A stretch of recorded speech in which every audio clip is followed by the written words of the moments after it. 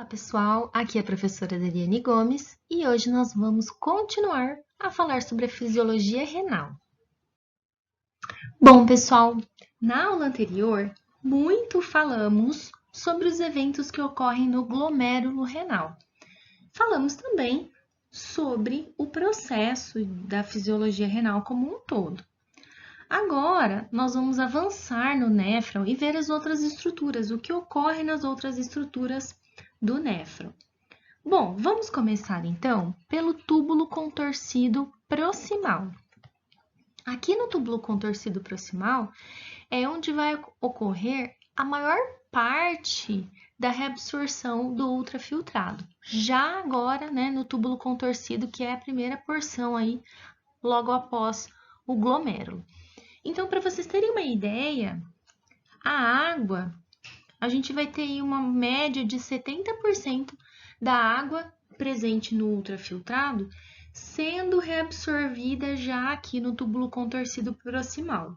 Não somente a água, mas 80% do sódio e 70% dos íons cloro que foram filtrados, eles vão ser reabsorvidos já aqui.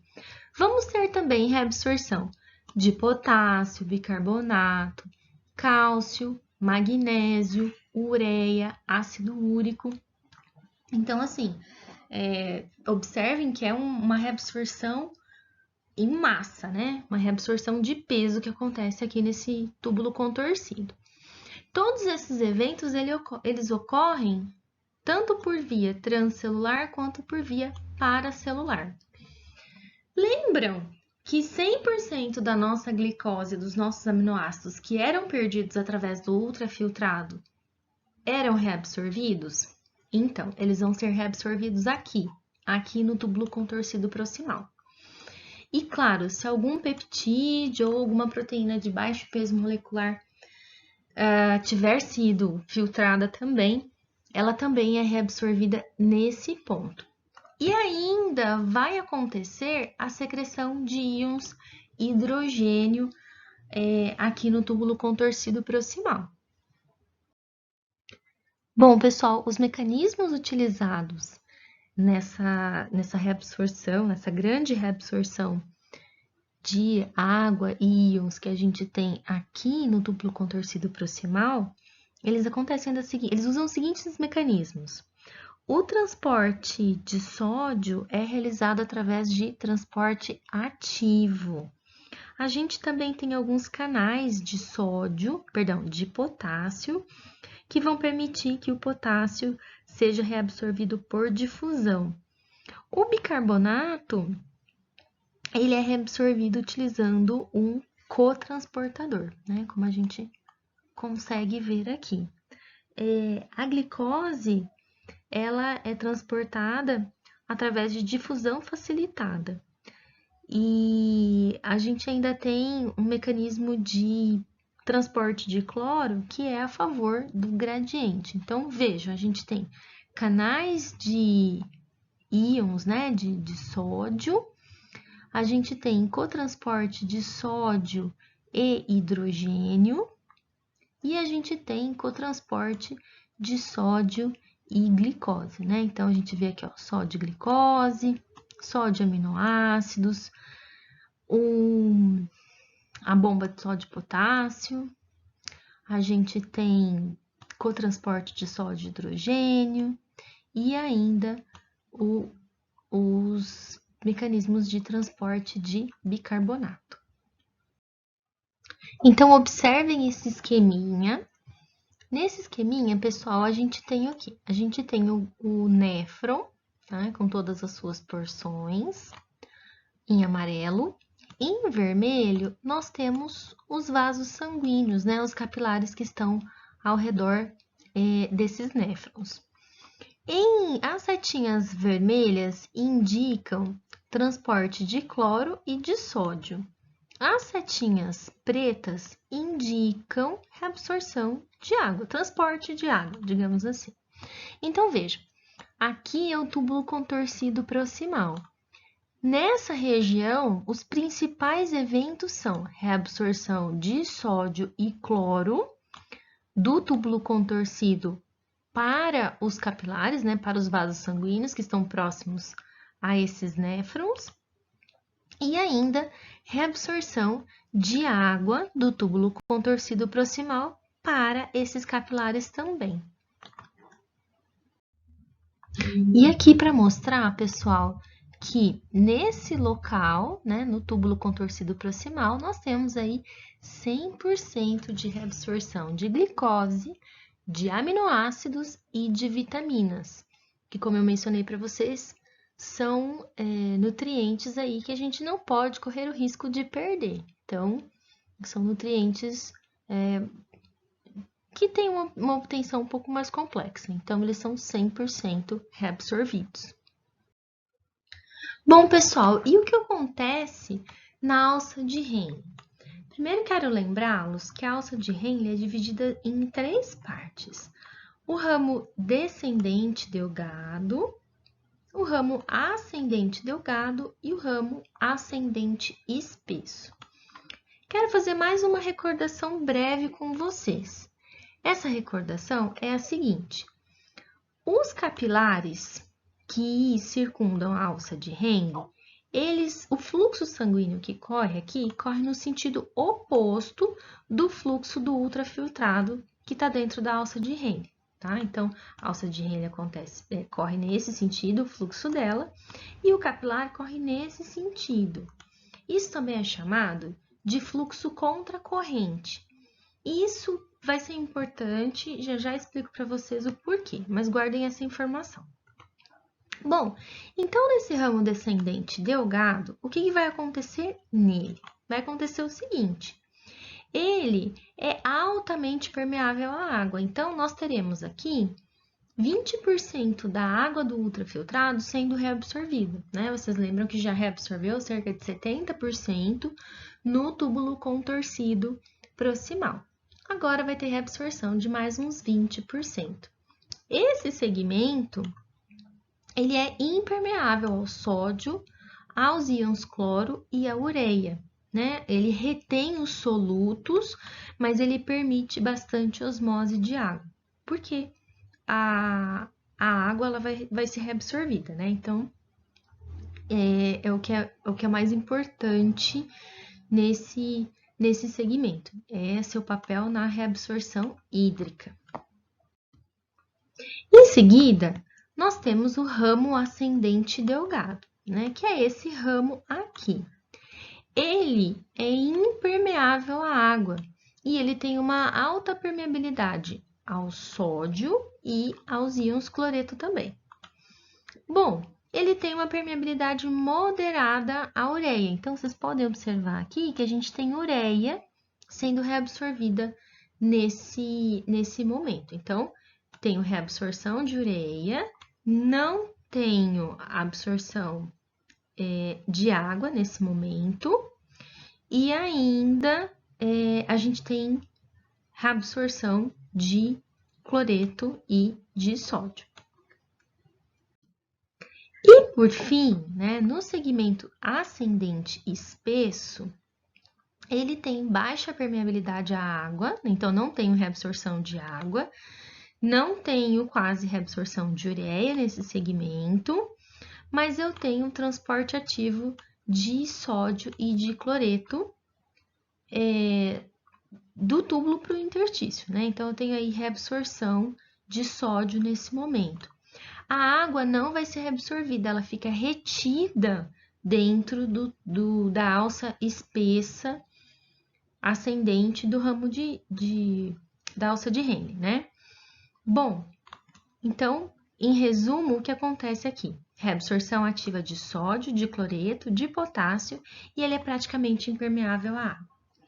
Mencionei para vocês agora há pouquinho que os capilares que estão aqui ao redor, eles correm no sentido, no fluxo contracorrente, né? No sentido oposto do sentido do ultrafiltrado. Por que isso é importante? Vamos imaginar o funcionamento da alça de Henle de trás para frente. Nesse momento, no segmento espesso, eu não tenho absorção de água, mas eu tenho uma alta absorção de sódio e cloro para dentro desse capilar. esse capilar está ficando saturado. E aí, o que acontece é que aqui, né, então, como eu não absorvi a água, mas eu tenho muito sódio dentro do capilar, chega nesse sentido, nesse momento que o ramo descendente delgado, eu começo a absorver água e não absorvo sódio mais. Por quê? Por conta das diferenças de concentração. Eu já tenho muito sódio, a osmolaridade vai fazer com que a água vá do meio menos concentrado para o meio que está mais concentrado. Então, aqui o sentido do fluxo contra a corrente faz a gente entender por que que na alça descendente a gente tem absorção de água e na alça ascendente a gente tem absorção de sódio. Fácil, né?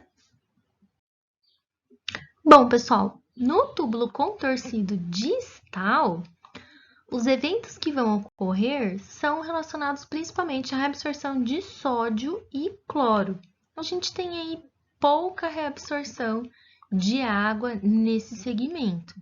São os principais eventos que ocorrem no túbulo contorcido distal. A ureia continua no interstício, não é reabsorvida.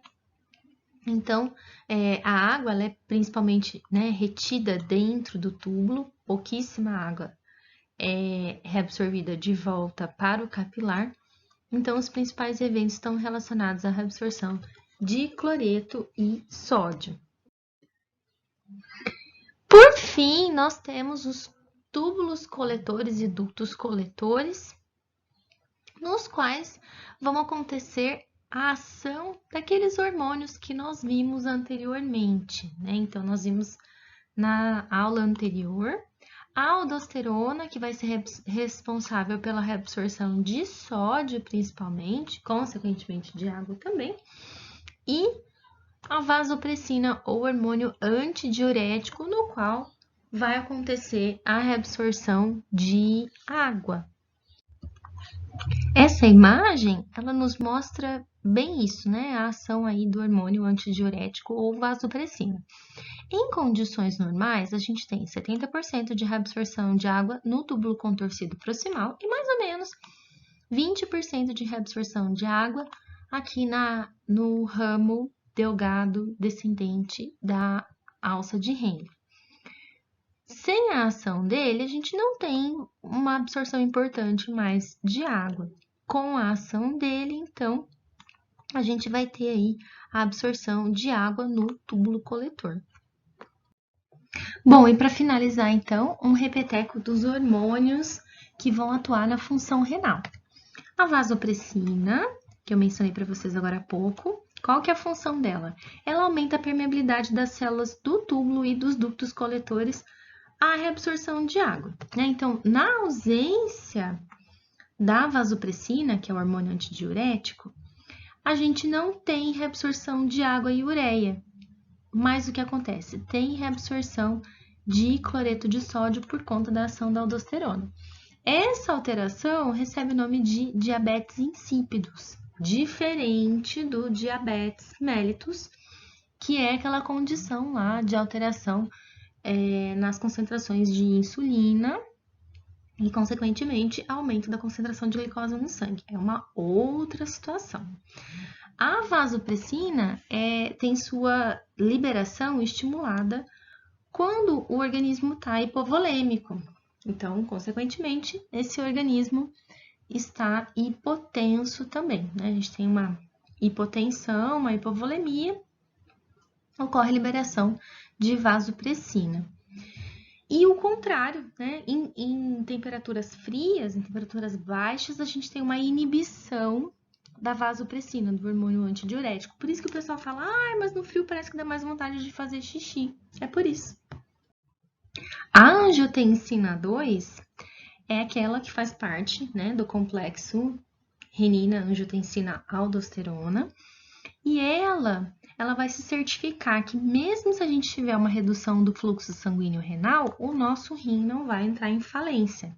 Ela vai assegurar a taxa de filtração glomerular. Como? Ela promove vasoconstrição da arteríola eferente. Então, o fluxo de sangue fica retido por mais tempo no glomérulo. Ela também é responsável aí por provocar vasoconstrição periférica e também é ela quem leva a secreção, estimula a secreção de aldosterona. Lembrando da ordem: renina, angiotensina, aldosterona. E a aldosterona, por sua vez, ela está envolvida aí com a regulação das concentrações de potássio no líquido extracelular. O que ela faz? Ela vai fazer com que haja aí secreção de potássio e, consequentemente, reabsorção de sódio no túbulo contorcido distal, no túbulo contorcido coletor e nos ductos coletores. Ela é secretada sempre que a gente tem um aumento da concentração de potássio no líquido extracelular. Então, é aí a nossa aldosterona. E a gente tem também o paratormônio. O paratormônio, ele é secretado quando ocorre uma hipocalcemia, então uma redução da concentração de cálcio no sangue. Portanto, ele aumenta a reabsorção de cálcio e aumenta a secreção de fosfato. Ele também é responsável aí pela síntese de vitamina D pelos rins. Bom, pessoal, por hoje é só. Qualquer dúvida, fiquem à vontade para entrar em contato comigo e até a próxima.